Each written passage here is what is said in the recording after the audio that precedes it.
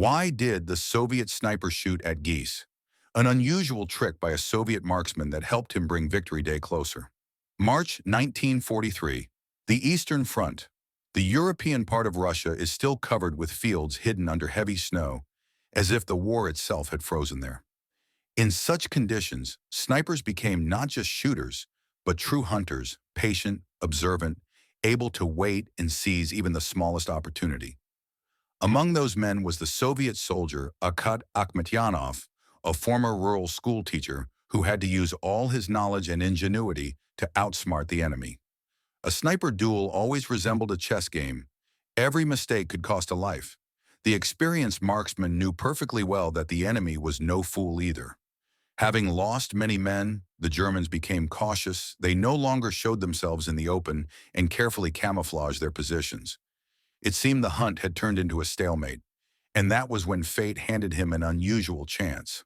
While observing the enemy trenches, the sniper noticed a flock of wild geese flying overhead.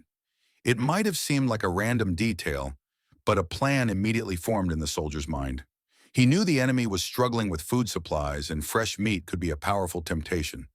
When the birds landed not far from the German positions, the sniper aimed carefully and fired two precise shots. For several minutes, nothing happened. But soon silhouettes appeared from the cover. The soldiers couldn't resist the chance to get some food.